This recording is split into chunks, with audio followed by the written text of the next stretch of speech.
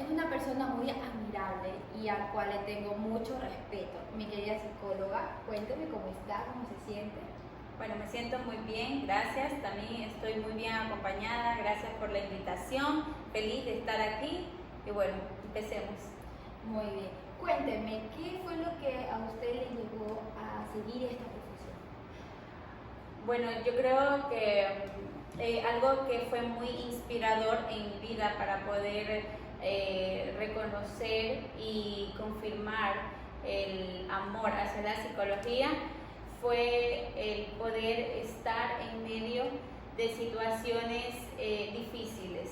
Pues antes de yo ser psicóloga, tengo un título de desarrollo infantil.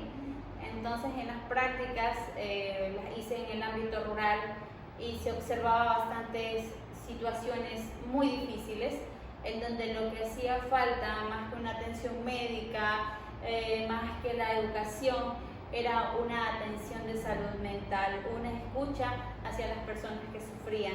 Entonces dije, la psicología es lo mejor, es mi mejor servicio.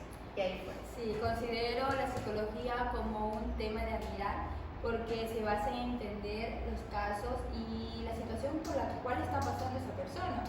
Hay un tema que me interesaría mucho hablar con usted, que es sobre la importancia de los padres en el desarrollo de los niños, ya que escuché que usted estudió un poco lo que es el desarrollo infantil. Entonces, y ligado a la psicología, pues veo que va mucho de la mano, y aplicarlo en la educación pues ayuda bastante a este desarrollo. Pero cuénteme, ¿por qué es tan importante la presencia de los padres en el desarrollo de los niños? Bueno, tenemos que ver desde varios ámbitos. El primer ámbito y más importante es el ámbito social. En el ámbito social, nosotros vemos que los niños es la parte más vulnerable de la parte humana, de la parte familiar. Entonces, si no hay un adulto prioritario, un adulto con una relación significativa a ese niño, pues probablemente él no va a tener un direccionamiento. Bueno, a eso liguémoslo que quienes son los responsables por derecho, por ley, son los progenitores, las primeras personas llamadas a hacerse responsables del niño o de la niña. Y de ahí pues también va a estar el representante legal. En caso de que los progenitores por alguna situación no puedan hacerse cargo, está el representante legal, que es la persona o que va a ser la persona en este caso responsable. Ahora bien, es muy importante que nosotros tomemos en cuenta que un niño o niña vive su mundo día a día, pero en base a todo lo que ve, observa, siente, toca, su alimentación y su aprendizaje va variando, va en función de aquello. Entonces, imaginemos que no haya una persona ahí para solventar, satisfacer, orientar, organizar, darle la mano para que continúe. Entonces, vemos que este niño o niña probablemente va a tener una desorientación. Hay algo que también juega en cada ser humano, que son sus emociones, sus sentimientos, sus pensamientos, pero todo esto se vuelve muy sensible a la atención que se le dé. Entonces, cómo ellos se van desarrollando, quiénes son las primeras personas en la vida de ellos, tiene que ser el progenitor significativo o el representante significativo que esté en ese niño o niña. Ellos nacen vulnerables con sus reflejos, y a medida que ellos van creciendo son sus padres o las personas que están ahí con ellos quienes les llevan a experimentar todo este mundo, desde que la estimulación para su gateo, la estimulación para la marcha, la estimulación para el lenguaje, son ellos aprenden a medida de cómo estas personas van brindándole su tiempo, su espacio, y en muchas de las ocasiones a veces dejar conductas de una persona adulta, dejar conductas para luego entonces entregarse a estas pequeñas personas que están en un camino de desarrollo. Y bueno, en el camino no es fácil porque nos encontramos con novedades, más ahora en este tiempo podemos ver que en nuestro medio hemos pasado por situaciones difíciles, como fue un terremoto, situaciones difíciles como ha sido la pandemia. El vivir estos acontecimientos, aceptar estos acontecimientos, enfrentar estos acontecimientos para un adulto ha sido bastante desgastante y en muchas de las ocasiones ha llevado un proceso. Imaginemos para los niños que en la edad de desarrollar sus habilidades sociales tuvieron que mantenerse dentro de la casa y que sus únicas personas con las que podían hablar o relacionarse eran su papá, su mamá, en muchos de los casos, en otros de los casos los hermanos, en otras de las casas con las familias aglutinadas que ya vive el tío, podía un poquito más, ¿no? Pero hubieron casos que no. ¿Y cómo podemos notar a un niño que no tiene la presencia o una calidad de padres? Bueno, lo primero que nosotros observamos es una variedad de sus emociones y una poca regulación de las mismas. Vemos cómo este niño puede manejarse probablemente de una manera muy independiente, exageradamente independiente, o al otro extremo, o un niño demasiado dependiente que no puede dar un paso.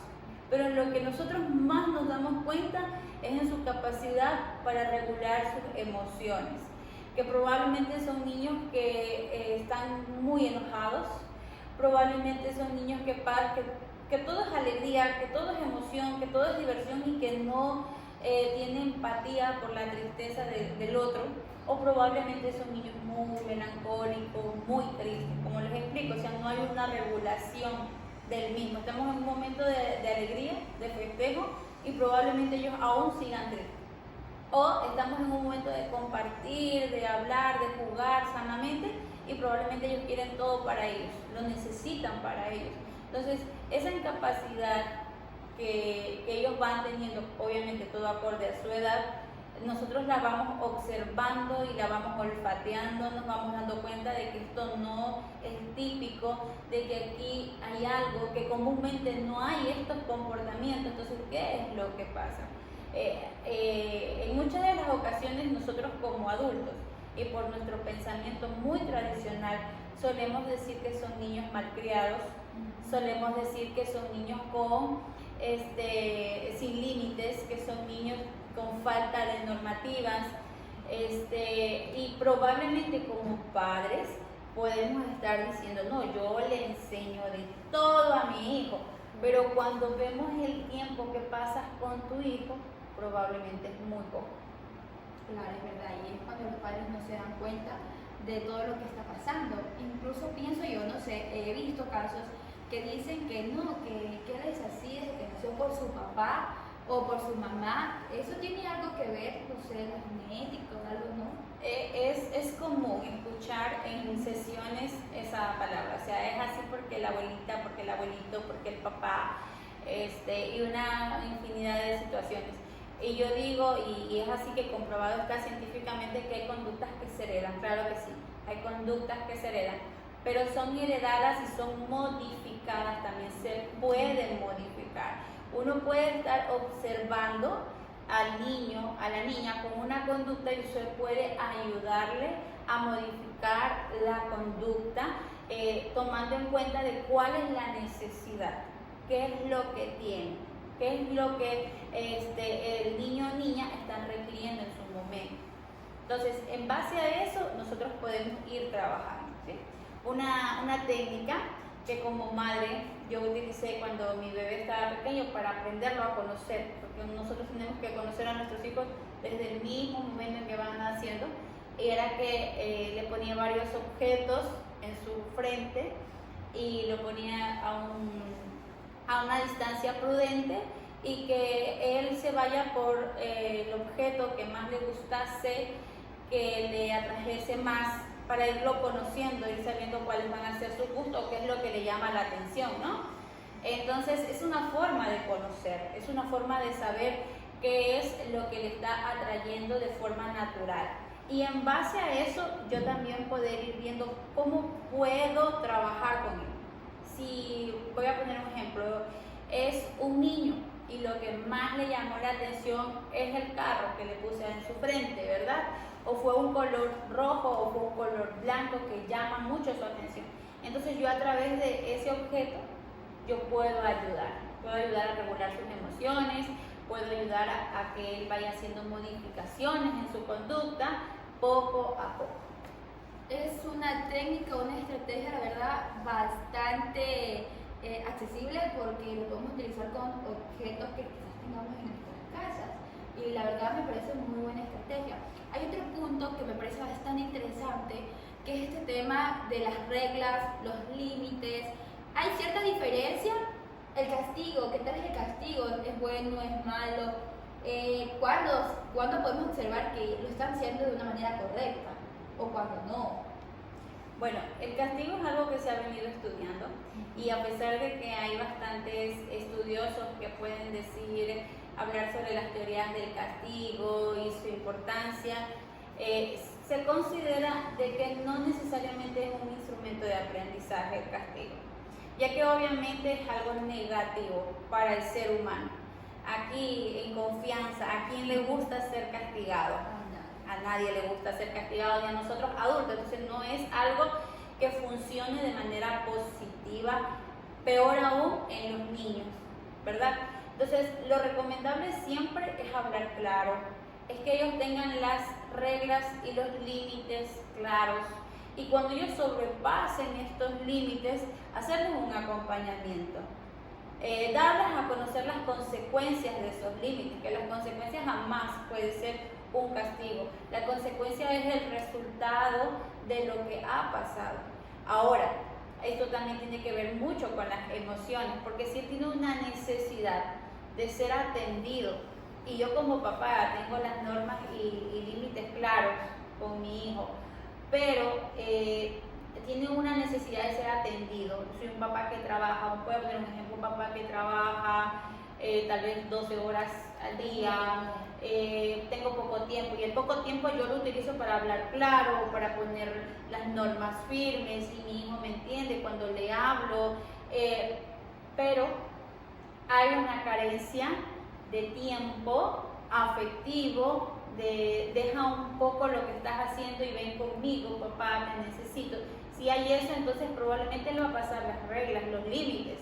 ¿Y por qué los pasa? Tal vez no porque lo quiera a sí mismo, sino que tal vez está buscando esa atención que necesita. Y una vez que él obtiene la atención y que usted se da cuenta que lo puede trabajar, los límites vuelven. Entonces, ¿para qué necesitaríamos un castigo en ese aspecto? Pues sí, es cierto. He observado, yo como docente que manejo, bueno, tengo a cierta cantidad de estudiantes, he visto que existe ese caso. Lamentablemente, papitos, mamitas trabajan. Entonces, no sé si esto sería bueno que los padres vengan y le den todo. ¿Sí? No tengo tiempo, también este es mi caso personal, no tengo tiempo para darle calidad a mi hija, pero le doy todo, no sé, me va ropa, juguete, salir a comer. O sea, bueno, eso podría afectar eso, o si es bueno. Eso podría resolver mi problema como adulto. O sea, resuelve tal vez la ausencia que en mi mente sé que le estoy brindando a mi hijo, pero no resuelve en el niño, resuelve en mí, más no en el niño. Eso es algo que también que tenemos que aprender a diferenciar. Por lo general, todos los adultos, aunque seamos mamás y papás, siempre miramos de resolver situaciones basados en lo que a mí me va a complacer. A mí lo que me complace es que mi hijo esté quedito y tranquilo, entonces le doy el celular. Y es una base, ¿no? Entonces eso ya me mantiene tranquilo.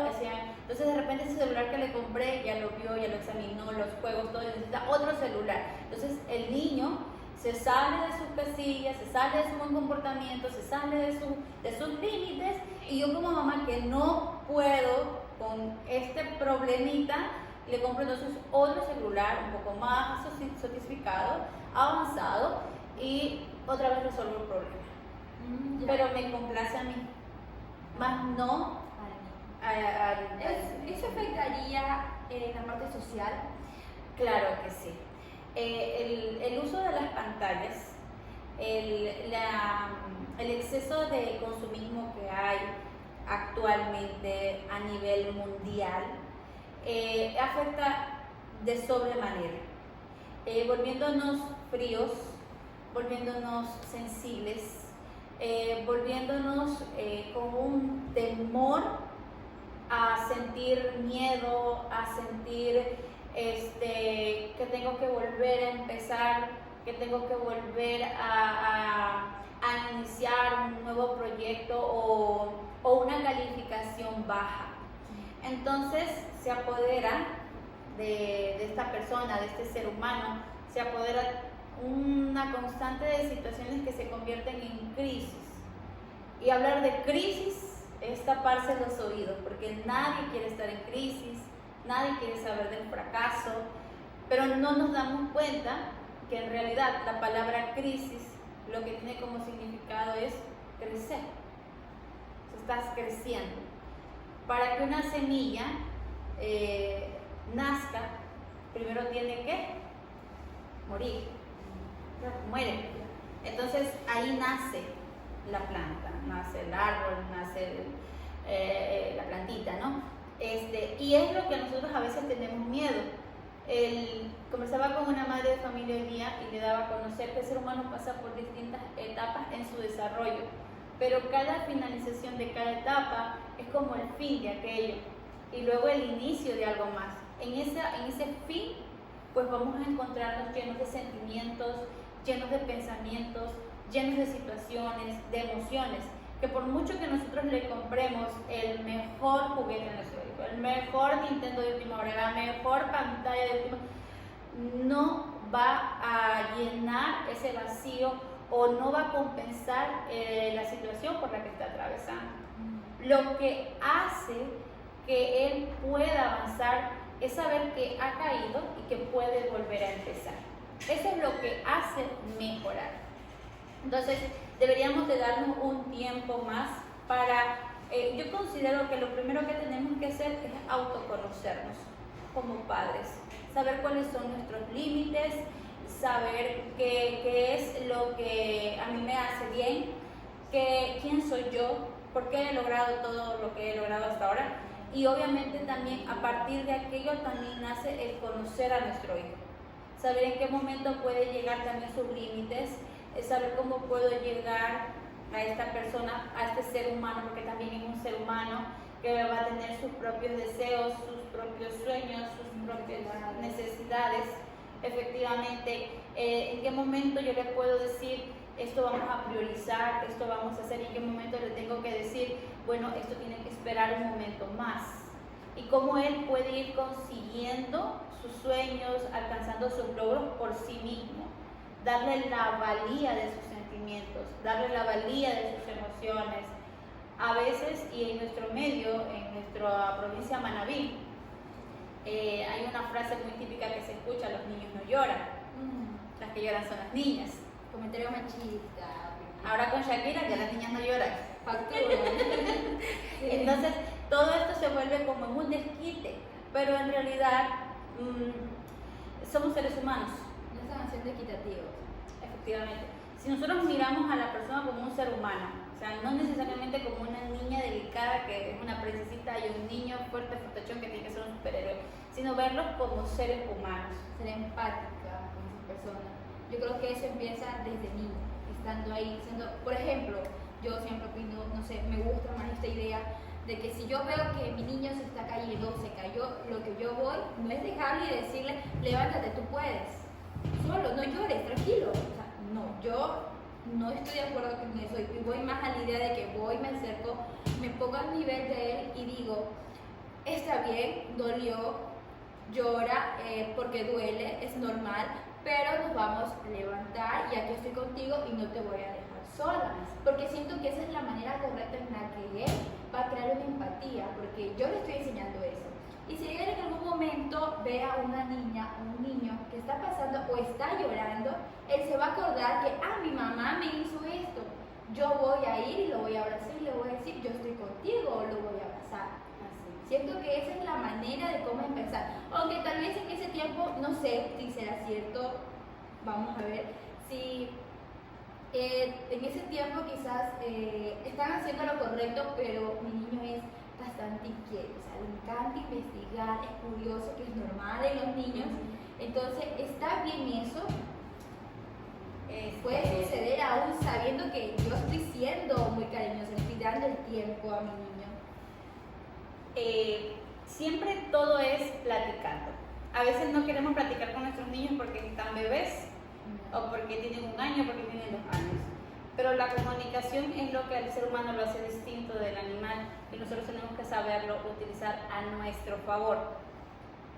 Entonces, me parece y considero que la comunicación tiene que entrar a aquello. Primero, obviamente, tengo que conocer. Obviamente, si mi niño es un niño que es bastante kinestésico, que le gusta el movimiento, que le gusta aprender, que le gusta saber, que lo nutre, que le favorece, es algo que no le puedo quitar, porque ese es su fortaleza. Ahora, yo tengo que trabajar con esa fortaleza, ¿sí? Entonces, voy a contar otro ejemplo personal como mamá. También soy una mamá que trabaja, también soy una mamá que no pasa tiempo con su hijo, digamos las 24 horas del día. Entonces cierto día me decía mi hijo: mamá, me siento mal, quiero que estés conmigo, no quiero que trabajes, bueno, situaciones. Entonces yo le dije a él: te entiendo, porque también siento lo mismo. También quiero compartir contigo, también quiero estar las 24 horas del día, pero ¿sabes lo que yo hago? ¿Sabes cuál es mi estrategia? Entonces le empecé a contar un poquito de mi estrategia. Mi estrategia es trabajar, dar lo mejor de mí, encontrar en cada estudiante un motivo o una razón para felicitar, para abrazar, para escuchar, para atender, para mirar, para ayudar. Entonces, en cada niño que yo me tropiezo eres tú, ¿verdad? Soy yo, mamá, pero si yo estoy acá, sí, tú puedes, también si deseas hacer lo mismo. Necesitas una ayuda, busca a tu maestra. Y haz de cuenta que soy yo. Necesitas un abrazo, ve y abraza a un compañero tuyo y haz de cuenta que soy yo. Y así sucesivamente, con las personas, obviamente, que siempre puedas contar, porque también le dije que hay que respetar el espacio de que habrá compañeros que tal vez no gusten de un abrazo y eso hay que respetarlo, ¿sí? Entonces fue mi manera de darle soporte a él para en sus momentos en cuando su mamá no está. Y una vez que tú y yo nos encontremos va a ser fabuloso, porque va a ser como que si todo el día hemos pasado juntos, ¿ya? Entonces eso lo nutre a un niño, a un hijo, porque se interesa. Otra de las modalidades que yo utilizo mucho y que está científicamente comprobada es hacer que nuestros hijos conozcan cuál es nuestra rutina de trabajo, sepan dónde estamos, qué hacemos, cuándo lo hacemos. Entonces, que él venga a mi trabajo, que él conozca mis amistades, lo motiva, le da confianza, sabe que cuando él está lejos de mí sabe dónde estoy. Y bueno, yo también como mamá, claro que sí, hacerme amiga de los amigos de mi hijo fue mi primer trabajo, fue mi primer tarea, compartir con ellos, saludarme con la maestra, llevarme muy bien con ella, tener comunicación, diálogo, eso ayuda de manera fascinante. ¿Por qué? Porque ellos saben que uno confía en esas personas y que ellos pueden poner su confianza en esas personas. Entonces decirle a un niño, tal persona, tienes que tener cuidado, te ayuda bastante. Ya, ¿y qué consecuencias se puede observar ya en una edad más adulta, por ejemplo la adolescencia? Bueno, en la adolescencia yo siempre he dicho que la adolescencia es la parte en donde, bueno, cuando están pequeños, papá y mamá son superhéroes, lo pueden todo. Adolescencia, el primer enemigo de un adolescente es el padre, la madre. Suele ser, suele pasar. Y a veces como papás nos asustamos un poco porque vemos los cambios fisiológicos, psicológicos, emocionales, sociales que ellos van teniendo. Y nos asusta, digo de esa manera, no porque no sepamos, sino porque ellos tienen otro mundo muy distinto al nuestro. Y nos descompensa como papás. Decir que un papá va a ser un amigo es engañarse. uno tiene que ser papá, porque uno tiene que poner límites. Sí. Pero es bonito porque puedes encontrarte con otro ser humano de confianza. Entonces, más que un amigo, yo llamaría como la confianza, ese respeto, que si desde muy pequeño tú vienes dándole tiempo a tus hijos, ellos sabrán que tú darás tu tiempo cuando ya estén adolescentes. Entonces, más que ser padres regañones o padres con demasiadas reglas o querer ser amigo, pana de mi hijo, es más bien mantener un equilibrio entre todo aquello, un equilibrio entre ser padre, un equilibrio entre ser amigo, un equilibrio en saber la responsabilidad que yo tengo para con mi hijo, ¿sí? Entonces, es ese equilibrio de conocer. Claro, los chicos cambian, pero como se dice yo, siempre mantienen su esencia, siempre habrá una esencia, que la única persona que puede conocer cuando se ha dado el tiempo de conocer es el papá o la mamá, sabe cuál es la esencia de su hijo, sabe de qué manera poder llegar. Charlas abundantes para los adolescentes es hostigoso, total. El adolescente se va más a la práctica, el adolescente si le dicen esto quema o bien lo toco, o sea, quiero tocarlo. Y más que prohibirle es acompañarle. ¿Por qué podríamos prohibirle una fiesta donde va a compartir con sus amigos? Podríamos acompañarle. O puede ver esto de que no me dio permiso, pero me escapo. Puede ser peor.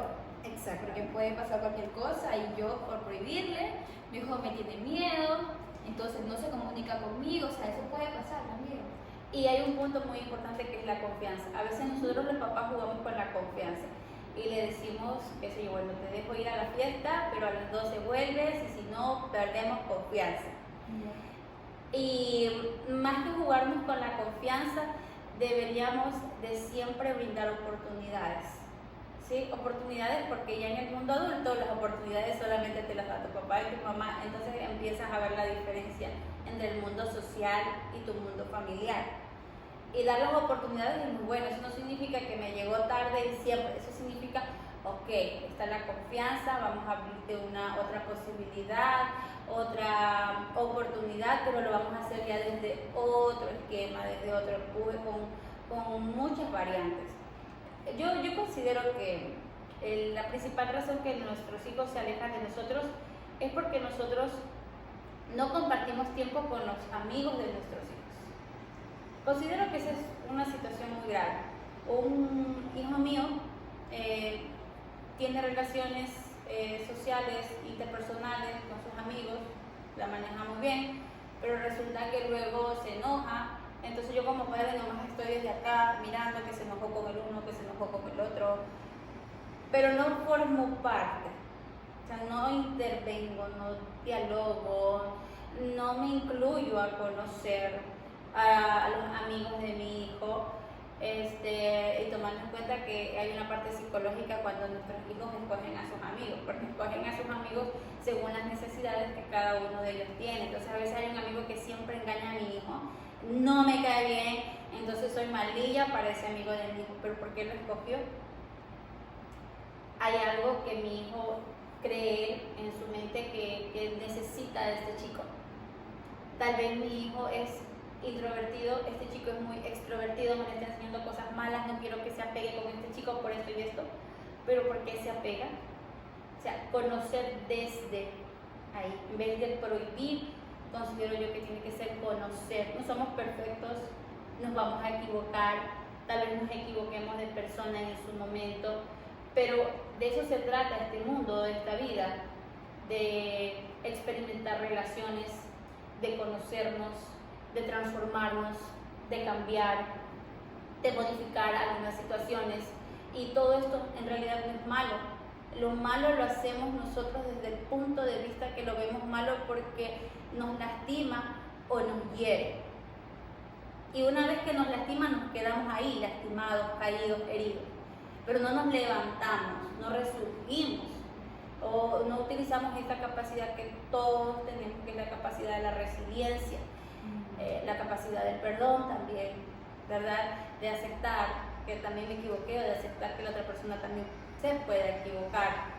¿Ya? Entonces, estas situaciones a veces no las diario vivir, ¿sí? Por muchas situaciones. Llevamos situaciones de nuestro pasado, lo llevamos a nuestro futuro, vivimos mucho de la imaginación. La imaginación, y alguien me dice, no, yo no vivo de la imaginación, pero si tienes expectativas en otras personas, es la imaginación, ¿verdad? Tengo expectativas de que mi hijo va a ser un profesional, a carta cabal, excelente, respetado por todos. Esas son tus expectativas. Tu imaginación te lleva a crearle un mundo donde no hay problemas. Pero él tendrá su necesidad, ¿verdad? Él sabrá si quiere ser un médico respetable, él sabrá si quiere ser una persona confiable, él sabrá si quiere ser un ser humano o quiere ser un robot.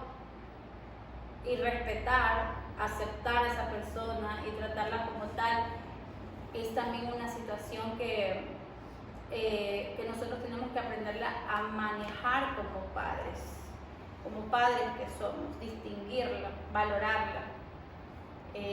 No necesitamos ser perfectos, pero sí necesitamos que cada uno de nosotros, antes de reafirmar una teoría o de consolidar una situación, podamos brindar el espacio a la otra persona para conocerla, brindarnos el espacio a nosotros mismos para conocernos, ¿sí? Sí, algo que sí iba a decir sobre eso es que pienso que para traer a este mundo un niño, creo que es muy necesario sanarnos nosotros mismos, porque no podemos ocultar y decir, no, yo no tengo trauma, pasé muy bien en mi infancia. No, siempre existe algo. Yo creo que es muy necesario trabajar en eso, conocerlo. Si no lo conocemos, igual voy a buscar ayuda por si acaso, porque hay veces que inconscientemente actuamos de una manera y no sabemos quizás por qué, pero existe el por qué. Así es, claro. Sí.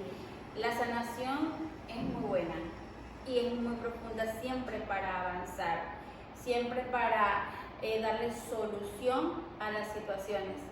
Y claro, es muy preciso y directo lo que has dicho, y todos queremos sanar, todos estamos en la búsqueda de eso que nos puede ayudar a mejorar, haciendo ejercicio, haciendo meditación, estudiando, profesionalizándonos cada vez más. Y entre más conocimiento se tiene, entre más cúmulo de situaciones se vive, más te vas dando cuenta de lo que tenemos, de que la sanación sale y nace de tus adentros, o sea, de una introspección, de algo que viene muy profundo si es que así lo deseas. Y eso es, o sea, es como una flor de loto, siempre digo, o sea, en medio de tantas situaciones, en medio de ese lodo, nace una flor de loto, a darle vida, a darle color, a dar inspiración a aquel paisaje que hasta cuando ella no estaba, todo parecía un desastre. Y ella llega a darle ese toque. Entonces, así mismo con nosotros, dentro de nuestras situaciones más oscuras que tengamos, el hecho de poder reencontrarnos con nosotros mismos y que de ahí nazca ese proceso de sanación, es lo que nos lleva a poder entender este mundo, comprender que sea un mundo más inclusivo, que sea un mundo lleno de muchas variedades, en donde nosotros ya no tengamos una mentalidad rígida de que todo lo bueno o de que todo lo bien hecho está impecable o intacto, o es silencioso y no hace bulla, sino que más bien al contrario, que de la variedad podamos nosotros sacar un hermoso paisaje. Entonces es muy importante que durante este proceso que el niño está llevando en su desarrollo, en su crecimiento, y el padre debe estar presente, es muy importante que ellos sanen un poco, porque eso lo estamos transmitiendo al niño. Así es. Sí. Mira, Paola, aquí hay algo muy importante también que debemos de conocer, y es que nosotros los adultos vivimos muy estresados. Entonces, situación que hace que la hormona del estrés, el cortisol, se eleve cada vez más y actuamos bajo ese estrés. Estamos tan estresados que ya nos parece familiar esta situación, o sea, ¿quién no está estresado? O sea, el que no está estresado no es de este mundo. Así más o menos lo hemos convertido en algo tan normal, pero no sabemos los efectos que causa. Y uno de los efectos que causan es problemas en la memoria. Sí, es muy común. Ya creo que es algo que todo el mundo dice, ay, normal, yo siempre me olvido, soy despistada, o sea, algo que ya va en mí. Entonces eso causa el estrés. Exactamente. Entonces, volvernos un poquito más humanos, entender la situación desde otro punto, vivir la realidad, dejar de vivir con tantas imaginaciones, nos ayuda a regular nuestras emociones. Vivir un poco de la parte afectiva es muy bueno, es muy dable y necesario, que serían mis recomendaciones. O sea, el tiempo que nosotros le podamos brindar a nuestros hijos es muy clave. Pero si ese tiempo no tiene un significado, un enriquecimiento, es por gusto. Así vamos a estar con ellos las 24 horas del día. No tendría una razón. ¿Y de qué manera podemos aconsejar a los padres para que tengan un poco más de este tiempo de calidad con sus hijos? Bueno, yo más que un consejo es una sugerencia. Considero que lo primero que tenemos que hacer como padres es organizar nuestras vidas, priorizar lo que es importante para nosotros y nuestros hijos es algo importante. ¿Sí? Siempre se ha dicho que el trabajo, sea como sea, se lo obtiene y si salimos de ahí rápidamente somos reemplazados. Pero si le falta un papá o una mamá a un niño o a una niña, eso no hay quien lo reemplace. Ni el mejor abuelo ni el mejor tío puede reemplazar a un papá. No existen ex papás, ex mamás, ex hijos. Entonces, ¿por qué? Porque son personas que no pueden ser reemplazadas. Entonces, desde ahí vamos priorizando la necesidad de brindar tiempos de calidad. Sí, sugerirles también la comunicación. La comunicación no solamente se basa en decir palabras y recibir palabras. La comunicación inclusive con una mirada, nosotros ya nos podemos comunicar con nuestros hijos. Con mucho respeto, con los valores, podemos ya comunicarnos con nuestros hijos. Si no tenemos estos valores inculcados en nosotros y transmitidos hacia ellos, es difícil enseñarles en realidad qué significa el respeto, por ejemplo. Entonces, el tiempo, la comunicación, priorizar, organizar nuestras vidas y de manera en especial saber brindar afecto de calidad. Entonces, puede afectar mucho que yo tengo a mi mamá para todos, es mi mamá y mi papá, pero afectaría mucho tener solo una persona, no a los dos. Bueno, papá y mamá tienen su parte importante en la vida del niño. O sea, voy a poner un ejemplo. Está solo papá y no hay mamá, tiene que haber una figura materna. Esta figura materna puede ser la tía, puede ser la abuela, tiene que haber. Y si falta papá, tiene que haber una figura paterna, porque mamá y papá juegan un rol muy importante. Uno es el que pone los límites y otro es el que brinda su afecto. ¿Sí? Entonces, no puede haber, y no es básico que nosotros pensemos que mamá puede ocupar los dos puestos, porque no es así. O pensar que papá puede ocupar los dos puestos, porque no es así. Siempre tiene que haber una figura paterna que sea la involucrada afectivamente, el dador de amor. Sí, papá, dador de amor. Mamá es la persona de las bases, de los límites, de las normas. Mamá es quien dice, debes ir a la escuela porque tienes que aprender. Y papá dice, con mucho amor yo te voy a acompañar en este proceso. Entonces, ambos juegan un rol. Es muy importante.